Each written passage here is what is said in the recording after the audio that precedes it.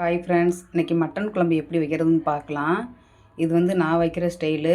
இது 2-3 வகையாக வைப்பேன். செலவுக வாங்கி வறுத்து அரைச்சி வைப்பேன். எண்ணெய் ஊற்றி அந்த செலவுகளை பூரா எண்ணெய் ஊற்றி வதக்கி அப்படியும் அரைச்சி வைப்பேன். இன்றைக்கி வந்து நான் பொடிகளை தான் வாங்கியிருக்கேன். அதை எப்படி வைக்கிறதுன்னு பார்க்கலாம்.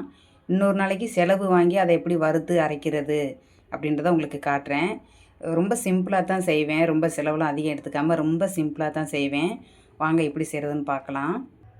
இப்போ வந்து மட்டன் வேக வைக்கிறதுக்கு இந்த பொருள் எடுத்திருக்கேன். இப்போ மட்டனை வேக வச்சுட்டு ஒரு 4-5 விசில் விட்டுக்கலாம். அதுக்கப்புறம் திரும்ப நம்ம குழம்பு கொதிக்க பார்ப்போம் இல்லையா, அதனால் ஒரு 4-5 விசில் போதும். அதுக்கப்புறம் தேவைன்னா 2 விசில் வச்சுக்கலாம், இல்லையா நல்லா கொதிக்க வச்சிடலாம். இப்போ இந்த பொருளை எப்படி ஆட் பண்ணுறது? வெங்காயம் வதக்கணும். இப்போ என்னென்னா இந்த வெங்காயம் இஞ்சி வெள்ளைப்பூடு வந்து அரைச்சிக்கலாம். எனக்கு வந்து மிக்ஸி ஜார் ரொம்ப பெருசு.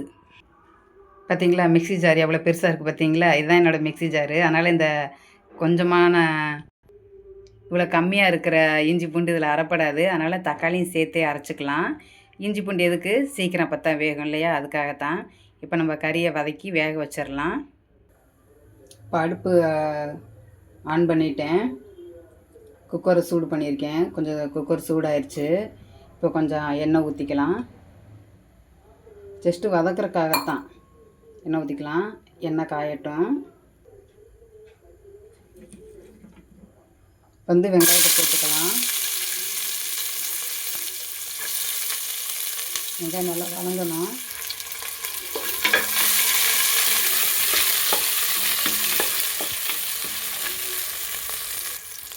நானே வீடியோ எடுத்துக்கிட்டு நானே இதெல்லாம் பண்ணுறதுனால கொஞ்சம் சிரமமாக இருக்குது. ஆனால் இருந்தாலும் என்னால் பண்ண முடியும். நான் திருப்பி தான் எடுப்பேன். பிள்ளைங்கள்லாம் சர்ச்சுக்கு போயிட்டாங்க. அவங்க வர்றதுக்கு நான் சமைக்கணும். நல்லா வதங்கணும். இது நல்லா வதங்கட்டும். வெங்காயம் ரொம்ப வதங்க தேவையில்லை. இந்தளவுக்கு ஒரு கண்ணாடி பதம் வந்தால் போதும். நம்ம இப்போ வந்து இந்த மிக்சியில் அரைச்சதை ஆட் பண்ணிக்கலாம். ரொம்ப நைஸாக அரைக்க தேவையில்லை. இந்தளவுக்கு இங்கே பார்த்தீங்களா, இப்படி 1/4 அரைச்சாலே போதும். இந்தளவுக்கு அரைச்சாலே போதும். ஓரளவுக்கு அரைச்சாலே போதும். இது என்னென்னா அப்போ தான் மட்டன் சீக்கிரம் வேகும், கொஞ்சம் வாசமாக இருக்கும். அடுத்து இதையும் அந்த வெங்காயத்தோடு சேர்த்துக்கலாம். இப்போ இந்த இதை சேர்த்துக்கிட்டோம். இதில் கொஞ்சம் மஞ்சத்தூள் சேர்த்துக்கலாம். கண்டிப்பாக மஞ்சத்தூள் சேர்க்கணும். இந்த ஸ்டேஜில் தான் சேர்க்கணும். இல்லை ஒரு சிலர் மறந்துட்டீங்க அப்படின்னா ஒன்றும் பிரச்சனை இல்லை. அதை வந்து கறி போட்டு நம்ம மூடி வைப்போம் பார்த்தீங்களா, அந்த நேரத்தில் சேர்த்துக்கலாம். இப்போ கொஞ்சம் நேரம் வதக்கி விடலாம்.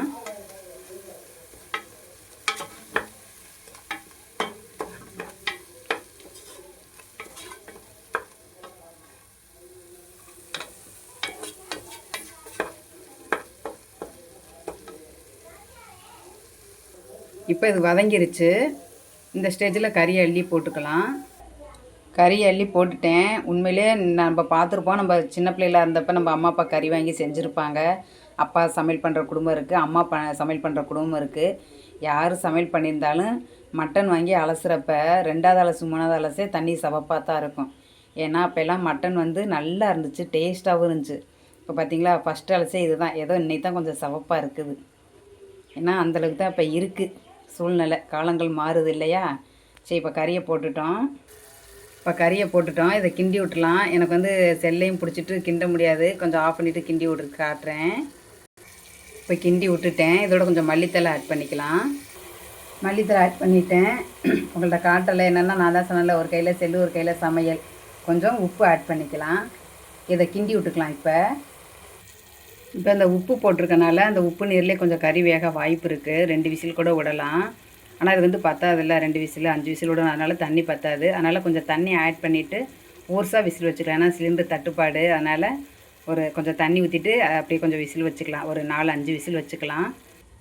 நான் வந்து இப்போ எச்சா தண்ணி ஊற்றலை. இந்த மிக்ஸி ஜாரை கழுவி அதை கொஞ்சம் ஊற்றிக்கிறேன். இன்னும் கொஞ்சம் தண்ணி எச்சா ஊற்றிக்கலாம். ரொம்பலாம் நான் தண்ணி ஊற்ற மாட்டேன். மட்டன் வந்து கொஞ்சம் தான். ஏன் அப்படின்னா பாப்பாங்க வந்து மட்டன் சாப்பிட மாட்டாங்க. எனக்கு எங்கள் வீட்டுக்காருக்கு மட்டும்தான். 2 பேருக்கு தான் அந்த குழம்பு நான் வைக்க போகிறேன்.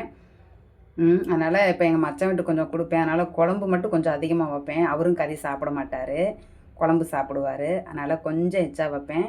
ஆனால் அந்த மட்டன் வந்து ஒரு 2 பேருக்கு தான், ஒரு அளவு தான். அவரும் எங்கள் மச்சாரும் மட்டன் சாப்பிடுவார். சரி, இப்போ வந்து இதை மூடி போட்டு விசில் விட்டுக்கலாம். ஓகே, இது வந்து பட்டை கிராம்பு தூள் போட மறந்துட்டேன், முதவே போட்டிருக்கணும், மறந்துட்டேன். இப்போ தான் போடுறேன். இதையும் ஆட் பண்ணி கிண்டி விட்டு அதுக்கப்புறம் விசில் விட்டுக்கலாம். இப்போ இதை மூடி போட்டுட்டு இது விசில் வரட்டும். இந்த பக்கம் உலைய வச்சுருக்கேன். நான் குக்கரில் வந்து சாப்பிட வைக்க மாட்டேன், எப்போவுமே வடிச்சிருவேன். அதனால் அந்த பக்கம் உலை. மற்ற செலவெல்லாம் நம்ம பார்க்கலாம். விசில் வரட்டும், மற்ற செலவெல்லாம் அரைச்சிட்டு வந்துடலாம். 5 விசில் வந்துருச்சு. இதை இறக்கி வச்சுட்டோம். இப்போ வந்து சின்ன வெங்காயம் தக்காளி போட்டு எண்ணெய் ஊற்றி வதக்கிக்கலாம். வெளியில் அரிசி போட்டுட்டேன். இதை அப்படியே மூடி வச்சுக்கலாம். இந்த தேங்காய் வந்து அரைச்சி பால் எடுத்துக்கலாம். எந்த குழம்புக்குமே தேங்காய் அப்படியே போடுறத விட அரைச்சி பால் எடுத்து போடுங்க. எந்த குழம்பா இருந்தாலும் டேஸ்ட்டாக இருக்கும். எந்த கடையில் வாங்கினேன்னு கேட்பாங்க, அந்தளவுக்கு டேஸ்ட்டாக இருக்கும். இதை எப்போ ஊற்றுறதுன்னு சொல்லிடுறேன். விசில் அடங்கிருச்சு. இப்போ இந்த வெங்காயம் தக்காளி அரைச்சோம் இல்லையா, அதை நம்ம இதில் சேர்த்துக்கலாம். வெங்காயம் தக்காளி ஆற வச்சு ஃபைன் பேஸ்ட்டாக அரைச்சிக்கிட்டேன், அதை நம்ம இதில் சேர்த்துக்கலாம். இப்போ இந்த வெங்காயம் தக்காளி இதில் ஊற்றிட்டு இதை நல்லா கலந்து விட்டுக்கணும். இப்போ வந்து கறி குழம்புக்கு வந்து பிரியாணி பொடியும் கறி மசால் பொடியும் சேர்த்துருக்கேன். இது பிரியாணி பொடி, இது கறி மசால் பொடி. ஏன் பிரியாணி பொடி சேர்த்துருக்கேன் அப்படின்னா ரொம்ப டேஸ்ட்டாக இருக்கும். கறி மசால் பொடி வந்து கூட எடுத்துருப்பேன், பிரியாணி பொடி கொஞ்சம் கம்மியாக எடுத்திருப்பேன். அது வந்து 1.25 ஸ்பூனு, இது வந்து 1.25 ஸ்பூன் அப்படி எடுத்திருக்கேன். ரெண்டையும் கலந்து போட்டுடலாம். இப்போ போட்டு கொஞ்சம் கிண்டி விட்டுறலாம். எனக்கு வந்து காரம் போது இதுக்கு மேலே நான் மிளகாய் பொடி சேர்க்கலை. உங்களுக்கு காரம் என்ன தேவை அப்படின்னா இன்னும் கொஞ்சம் மிளகாய் பொடி சேர்த்துக்கோங்க. காஷ்மீர் மிளகாய் பொடி சேர்த்துக்கிட்டிங்கன்னா கலராகவும் இருக்கும், நல்லா டேஸ்ட்டாகவும் இருக்கும். அது கொஞ்சம் சேர்த்துக்கோங்க. உங்களுக்கு தேவையில்லைன்னா நார்மலான மிளகாய் பொடியை நீங்கள் சேர்த்துக்கலாம். இப்போ வந்து இது நல்லா கொதியட்டும். தேங்காய் பாலை சேர்த்துக்கலாம். தேங்காய் பால் எடுத்து வச்சுருக்கேன். இப்போ வந்து குழம்பு கொதியுது. இப்போ இந்த நேரத்தில் தான் இப்போ சேர்க்கணும். எண்ணெய் பிரிஞ்சு ஒரு ஓரமாக நிற்கிது பார்த்தீங்களா, அந்த நேரத்தில் தான் தேங்காய் பால் சேர்த்து கிண்டி விட்டுறாங்க. தேங்காய் பால் ஊற்றி கிண்டி விட்டுட்டேன். நீ இது கொதிஞ்சனையே ஆஃப் பண்ணிட வேண்டியதான். குழம்பு வச்சுட்டு சாப்பாடையும் வடிச்சிட்டேன். ரேஷன் அரிசி சாப்பாடு தான். ஏன் நான் ரேஷன் அரிசி சாப்பிட்றேன் அப்படின்னா, நான் ரொம்ப கஷ்டப்பட்ட காலத்தில் இந்த ரேஷன் அரிசி தான் எனக்கு கை கொடுத்துச்சு. அதை நான் மறக்க மாட்டேன். இப்போ நான் நினச்சா என்னால் நல்ல அரிசி வாங்கி சாப்பிட முடியும்.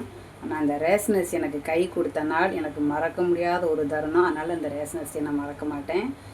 எப்போவுமே ரேஷன் அரிசி தான். என் குழந்தைங்களும் ரேஷன் அரிசி தான் சாப்பிடுவாங்க. நல்லா பழகிட்டாங்க. நான் பிள்ளைங்கள்ட்ட கூட கேட்டேன், அப்பா என்னுடைய வறுமைக்காக நீங்கள் யோசிக்க வேணாம், சொல்லுங்கள் நல்ல அரிசியை வாங்கிக்கலான்னு கேட்டேன். இல்லைங்கம்மா, இதுவும் டேஸ்ட்டாக தான் இருக்குது, இதுவும் அரிசி தானே, இதுவும் சாப்பாடு தானேன்னு நினச்சிட்டு சாப்பிட்றாங்க. அதனால் நான் எப்போயுமே ரேஷன் அரிசி தான் நான் சாப்பிட்டுக்கிட்டு இருக்கேன். இன்னொன்று என்னென்னா, இந்த மட்டன் குழம்புக்கு அதுவும் இப்போ வச்ச மெத்தடுக்கு இந்த ரேஷன் அரிசி சாப்பாடும் அவ்வளோ டேஸ்ட்டாக இருக்கும். இல்லை நீங்கள் தக்காளி சாப்பாடு செஞ்சு பாருங்கள், மட்டன் வாங்கி கூட்டாஞ்சோறு செஞ்சு பாருங்கள், அவ்வளோ டேஸ்ட்டாக இருக்கும். ரேஷன் அரிசியோட மகத்துவம் வந்து அது இலவசமாக கொடுக்கறனால தெரிய மாட்டேங்குது. நீங்கள் ஒரு நாளைக்கு சமைச்சு சாப்பிட்டு பாருங்கள். கருவாட்டு குழம்பு மட்டன் குழம்புல சாப்பிட்டு பாருங்கள், செம்ம டேஸ்ட்டாக இருக்கும். அந்த டேஸ்ட்டை நீங்கள் மறக்கவே மாட்டீங்க. அவ்வளோதான் ஃப்ரெண்ட்ஸ், குழம்பு கொதியுது. இதில் கொஞ்சம் மல்லித்தூள், மல்லித்தலை கொஞ்சம் தூவிக்கலாம். அவ்வளோதான். இப்போ மூடி வச்சிடலாம். இப்போ பிள்ளைங்க வந்துடுவாங்க, சேர்ந்து சாப்பிடலாம்.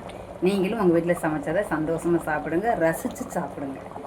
எந்த ஒரு சாப்பாட்டையுமே ரசித்து சாப்பிடுங்க, டேஸ்ட்டாக தான் இருக்கும். வேண்டா வெறுப்புக்கு சாப்பிட்டிங்கன்னா கண்டிப்பாக நல்லா இருக்காது. ரசித்து சாப்பிடுங்க, ருசித்து சாப்பிடுங்க. தேங்க்யூ.